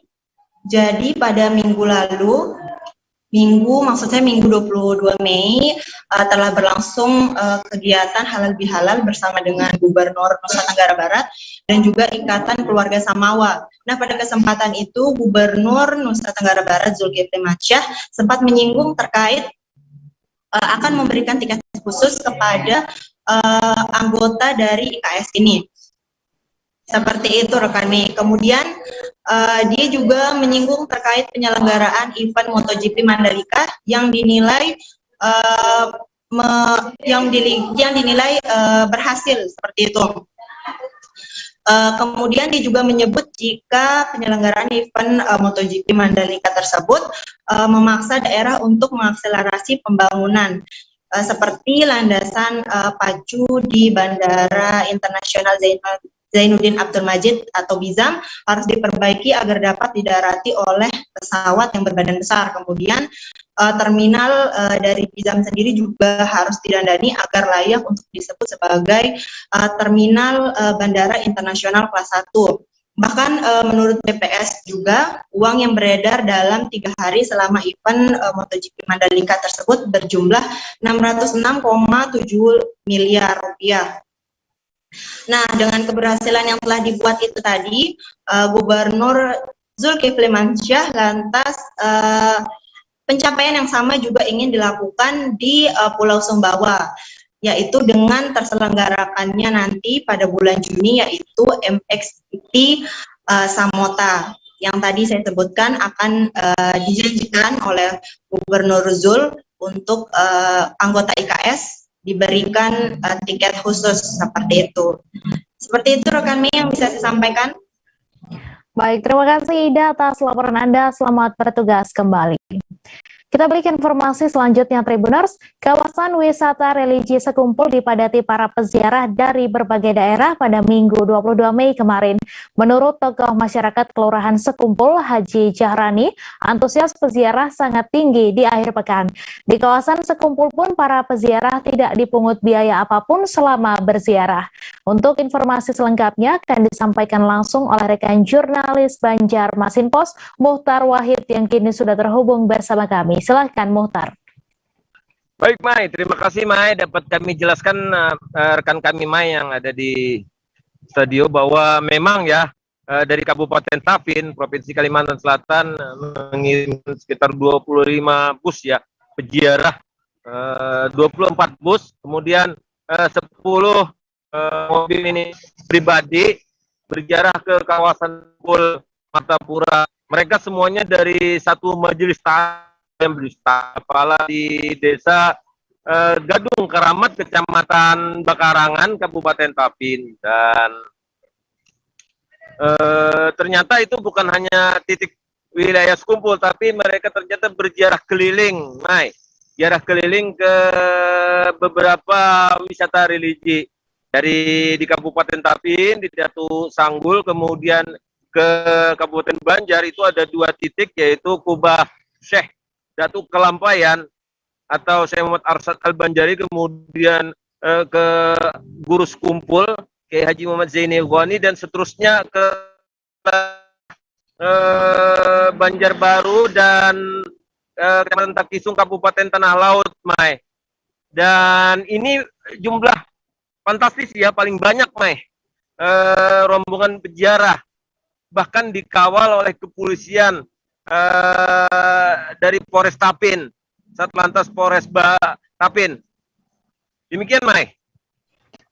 Baik, terima kasih Muhtar atas laporan Anda, dan Tribuners, wartawan kami juga telah menghimpun wawancara dengan salah seorang peziarah. Berikut tayangannya untuk Anda. Nazar. Sono 38. Nah, kedua kan perekonomian. Kalau sampai misalnya jaga nih kami kayaknya pian lihat aja pedagang sini. Ngambang apa semua. Senyumnya Pak Ji lah. Senyum. Kado merangut lah. Termasuk pian juga. Masya Allah. Betul Pak Ji, betul. Himbauan Pak Ji bagi jemaah Pak Ji, supaya jerpian kan pesan Abah Guru kalau berziarah apa Pak Ji? Lagi Sidin hidup kan di sini sebelum Sidin lagi hidup sudah jadi lokasi ziarah kan, ziarah Guru Sidin.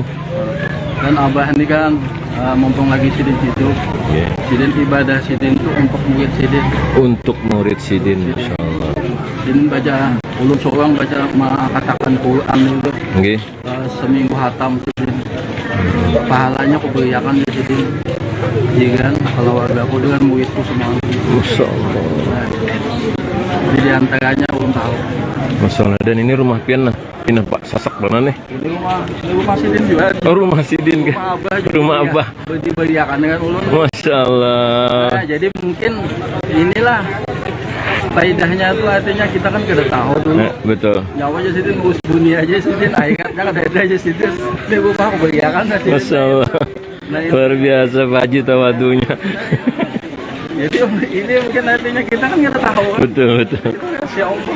Kita dekat dengan Allah. Betul. Nah, jadi tahu rahasia Allah doang. Jadi mudah-mudahan penjagaan di sini teman. Kami akan kembali selesai jeda sejenak Tribuners, tetap di live update. Oke, apa kabar Bang Arif di sini untuk strateginya? Diangkat.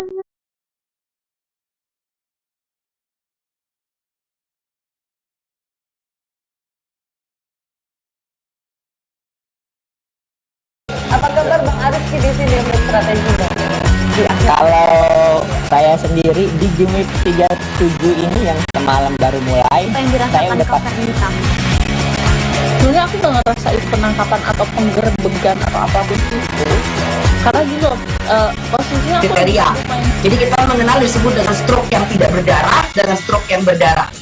Stroke yang tidak berdarah itu biasanya ditandai dengan adanya penyumbatan. Kalau itu penyumbatan di sini mungkin pikirnya tidak ke situ kali ya, tapi kalau di Korea atau di Kamboja itu ada beberapa paper yang saya itu mas, ya dulunya tukang koran. Oh gitu ya, tukang koran. Ya, saya baca itu Pak. Tuh kan pernah baca kan? Ya. Jadi kalau saya jadi tanggal itu udah bersyukur banget. Si anak ini dijadikan sebagai tersangka begitu.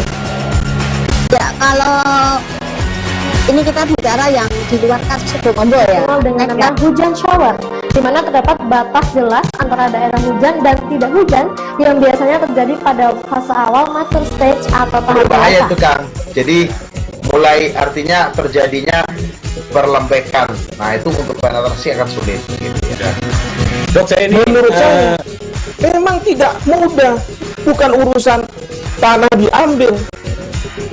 Kalau misalnya Amerika Serikat sekarang, Rasulullah mengatakan dalam sebuah hadis bahwa berpuasa di 6 hari Syawal itu. Oke, apa kabar Bang Ariski di sini untuk strateginya? Kalau saya sendiri di Jumip 37 ini yang semalam baru mulai, saya udah pasti. Sebenarnya aku nggak ngerasain penangkapan atau penggerbegan atau apapun itu, karena gini loh, posisinya aku kriteria. Jadi kita mengenal disebut dengan stroke yang tidak berdarah dengan stroke yang berdarah.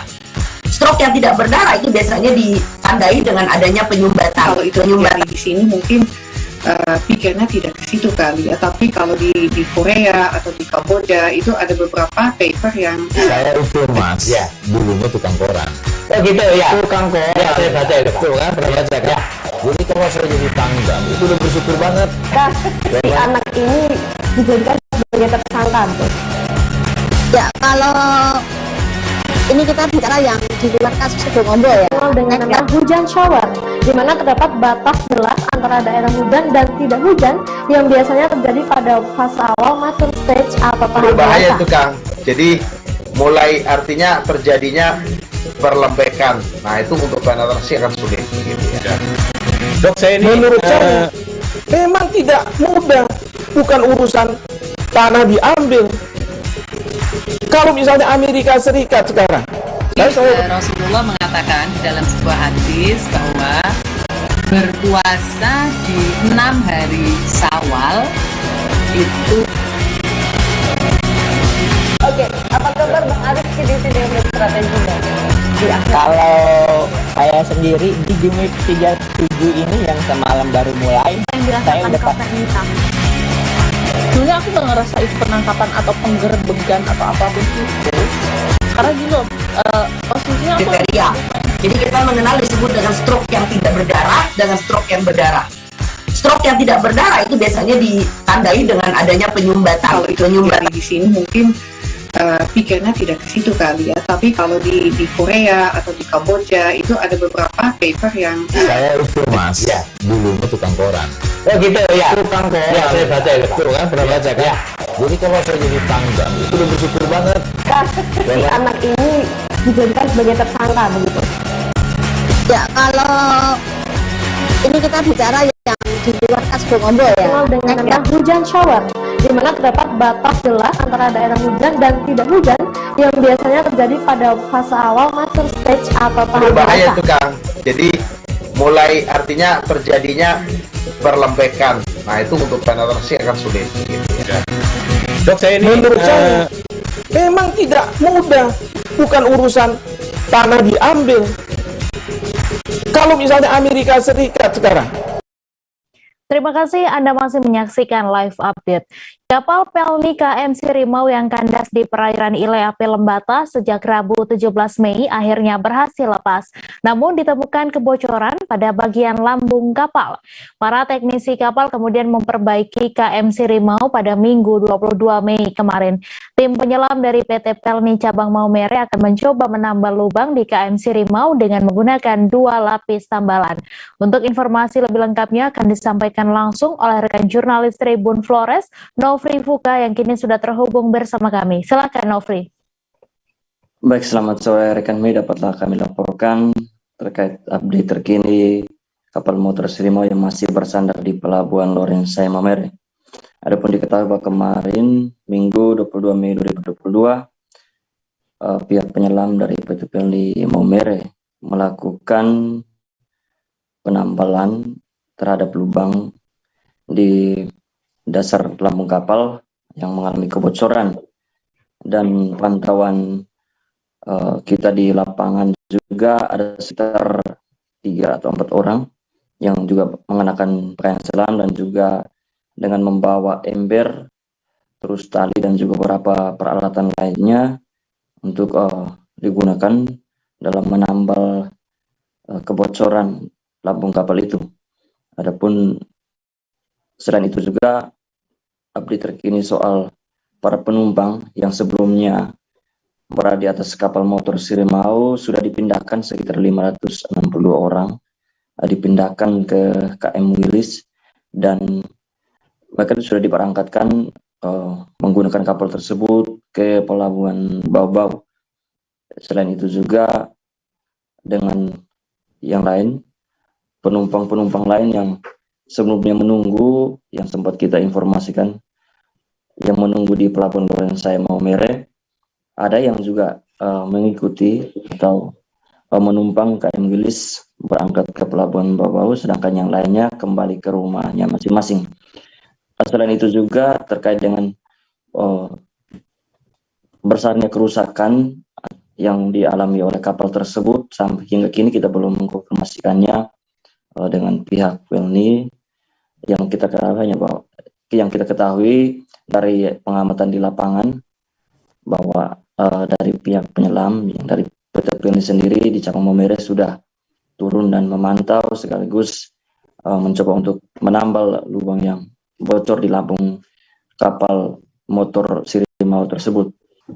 Dan hingga kini masih berada di sini untuk keberangkatannya atau juga untuk pelayarannya kembali seperti semula belum diketahui, dikarenakan masih ada kerusakan seperti yang kita sebutkan tadi. Dan perkembangan terupdate lainnya nanti akan kita sampaikan. Untuk sementara ini yang kita dapatkan informasi hanya soal penambalan lubang yang bocor di lambung kapal motor Sirimau tersebut. Demikian dapat kami laporkan. Baik, terima kasih Nofri atas laporan Anda. Selamat bertugas kembali. Pemerintah Kabupaten Kepulauan Siau Tagulandang Biaro atau Sitaro menggelar upacara peringatan Hari Ulang Tahun ke-15 Kabupaten Sitaro pada Senin 23 Mei. Upacara yang berlangsung di lapangan Ake Simbeka, Kecamatan Siau Timur itu dipimpin langsung Bupati Evangelian Sasingen yang tampil sebagai inspektur upacara. Rangkaian acara peringatan Hari Ulang Tahun daerah berlanjut dengan rapat paripurna DPRD yang berlangsung di Gedung DPRD Kabupaten Sitaro di Kelurahan Bebali, Siau Timur. Untuk informasi selengkapnya akan disampaikan langsung oleh rekan jurnalis Tribun Manado, Octavian Hermanses, yang kini sudah terhubung bersama kami. Silakan Octavian.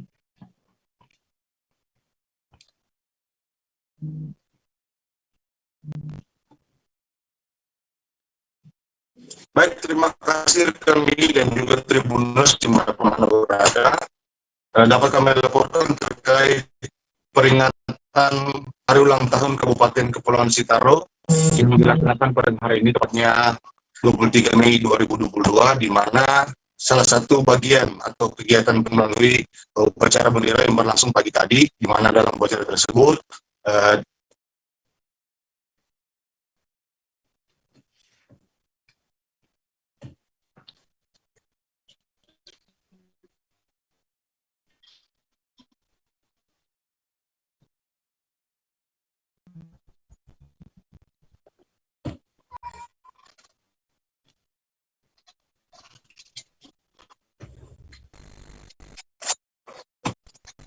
Halo rekan Mei. Iya, silakan Octavian silakan dengan laporan Anda. Baik, rekan Mei, dapat kami laporkan terkait peringatan hari ulang tahun ke-15 Kabupaten Sitaro, di mana pagi tadi telah berlangsung upacara bendera yang dilaksanakan di lapangan sepak bola Kesemeka, di mana Bupati Kepulauan Sitaro Evangeline Sasingin tampil sebagai inspektur dalam upacara yang berlangsung di lapangan Kesemeka. Sementara dari pantauan kami, Tribuners, terlihat sejumlah pejabat yang turut hadir di dalam upacara tersebut, di mana upacara juga menampilkan atau hadir sebagai peserta upacara dari kalangan pegawai negeri sipil, TNI, Polri maupun para pelajar dari tingkat SMA, SMP, dan juga SD. Kegiatan peringatan ulang tahun daerah ini juga berlanjut dengan pelaksanaan rapat paripurna dalam rangka peringatan HUT Kabupaten Sitaro yang berlangsung di gedung DPRD. Untuk diketahui Tribuners, dalam rangka memperingati hari ulang tahun Kabupaten Sitaro ke-15 kali ini, sejumlah kegiatan telah dilaksanakan oleh panitia pelaksana, di mana kegiatan itu sendiri telah dilaunching sejak 18 Mei lalu, di mana ada beberapa kegiatan seperti sapu laut dan juga bersih pantai yang dilaksanakan di awal pasca launching kegiatan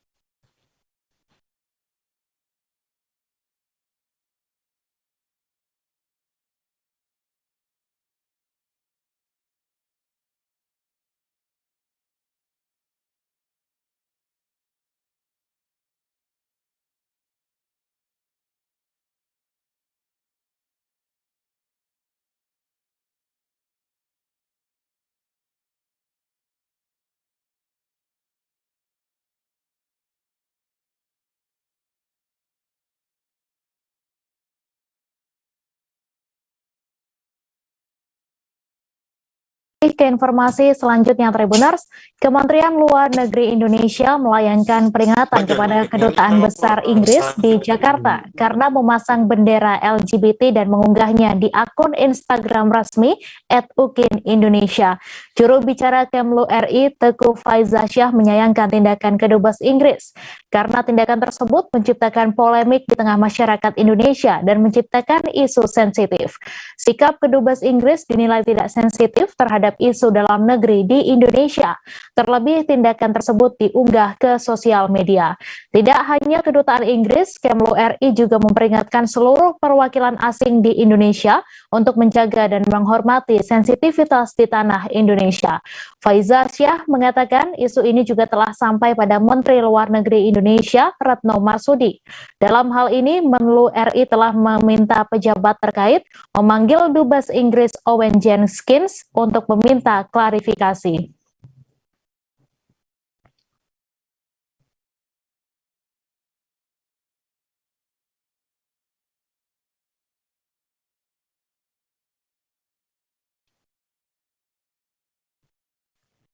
Pidato Presiden Joko Widodo yang meminta rakyat agar tidak terburu-buru menentukan calon presiden 2024 mendapatkan respons Partai PDI Perjuangan. Sekjen PDIP Hasto Kristianto mengatakan pihaknya sangat setuju dengan apa yang dikatakan Jokowi.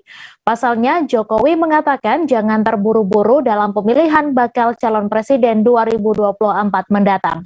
Sehingga perlu adanya waktu yang panjang untuk menentukan siapa orang yang tepat untuk diusung ke kontestasi pemilu 2024. Bagi PDIP, proses kaderisasi kepemimpinan merupakan suatu keharusan karena itu merupakan fungsi utama partai politik. Untuk itu, pihaknya meminta masyarakat untuk tetap bersabar sembari menunggu keputusan dari Megawati Soekarno Putri. Sementara itu, diketahui pidato tersebut disampaikan pada pertemuan Rakernas Pro Jokowi yang terselenggara di Balai Perekonomian Desa Ngargogondo, Kecamatan Borobudur, Kabupaten Magelang, Jawa Tengah pada Sabtu 21 Mei. Seraya memberikan peringatan untuk tidak terburu-buru, Jokowi juga sedikit menyinggung persoalan siapa kader pilihan Pro Jokowi. Pernyataan Jokowi ini langsung disambut meriah dan tepuk tangan seluruh relawan Projo yang hadir. Tak hanya Jokowi, Ganjar Pranowo pun juga mengatakan agar masyarakat tidak terburu-buru menggiring opini. Ganjar juga mengatakan bahwa tidak ada penyebutan namanya dalam pidato Jokowi.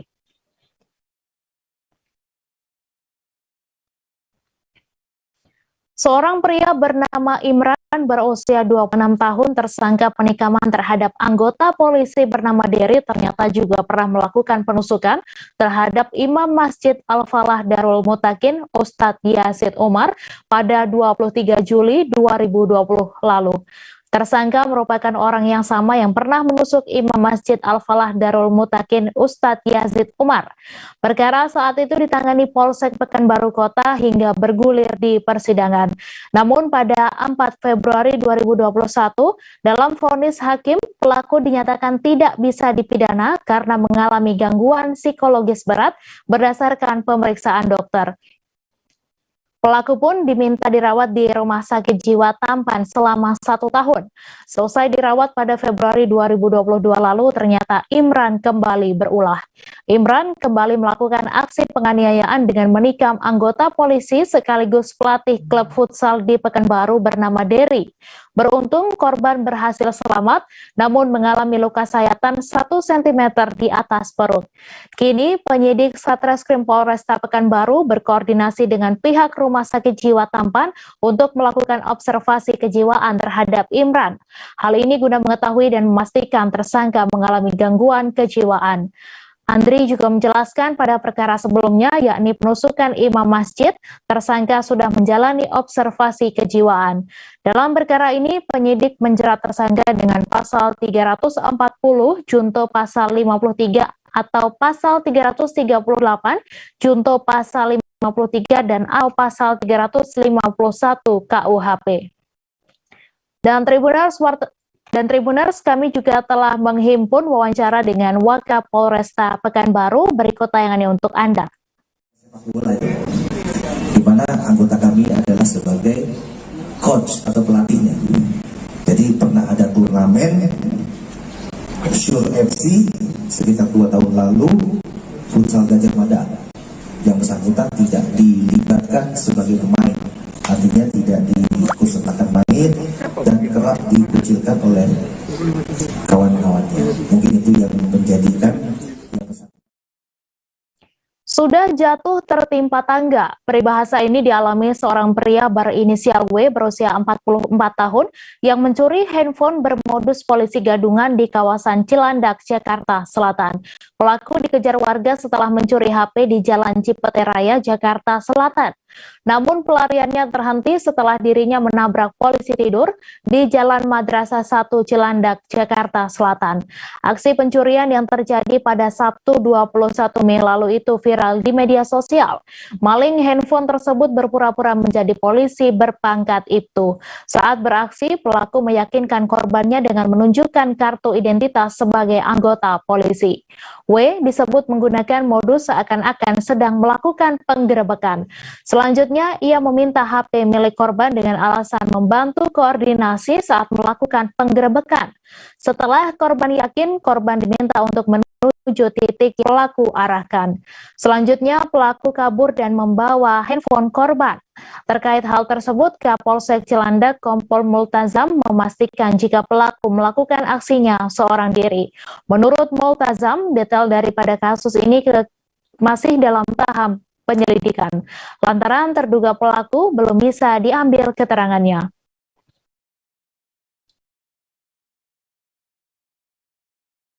Keping medali emas akhirnya berhasil diamankan oleh punggawa basket putra Indonesia. Keberhasilan dari skuad Garuda untuk membawa pulang emas ini setelah menaklukkan Filipina di laga pamungkas. Meski dengan skor tipis, skuad merah putih mampu menunjukkan ketajamannya atas Filipina.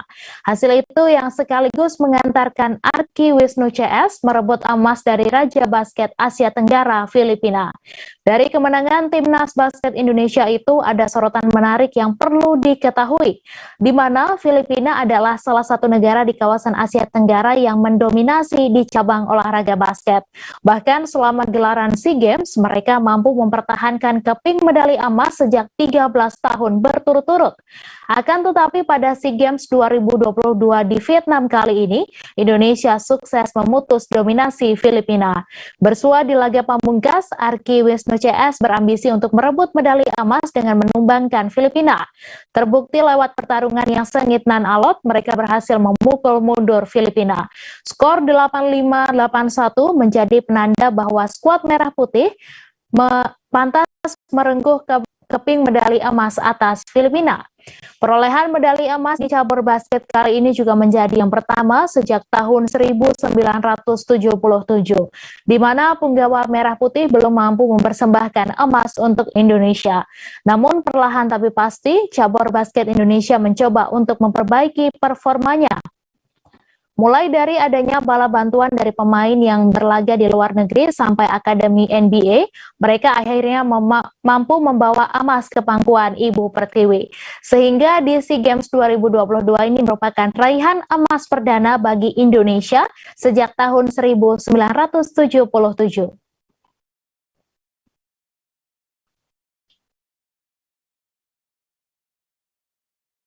Informasi tadi sekaligus menutup perjumpaan kita dalam live update hari ini. Jangan lupa saksikan informasi teraktual lainnya hanya di kanal YouTube Tribun Network. Saya Mesa Desirait beserta kru yang bertugas pamit. Terima kasih dan sampai jumpa.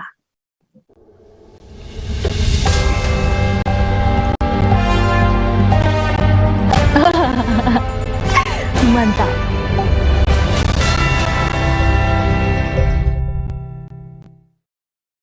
Jangan lupa like, subscribe, dan share ya!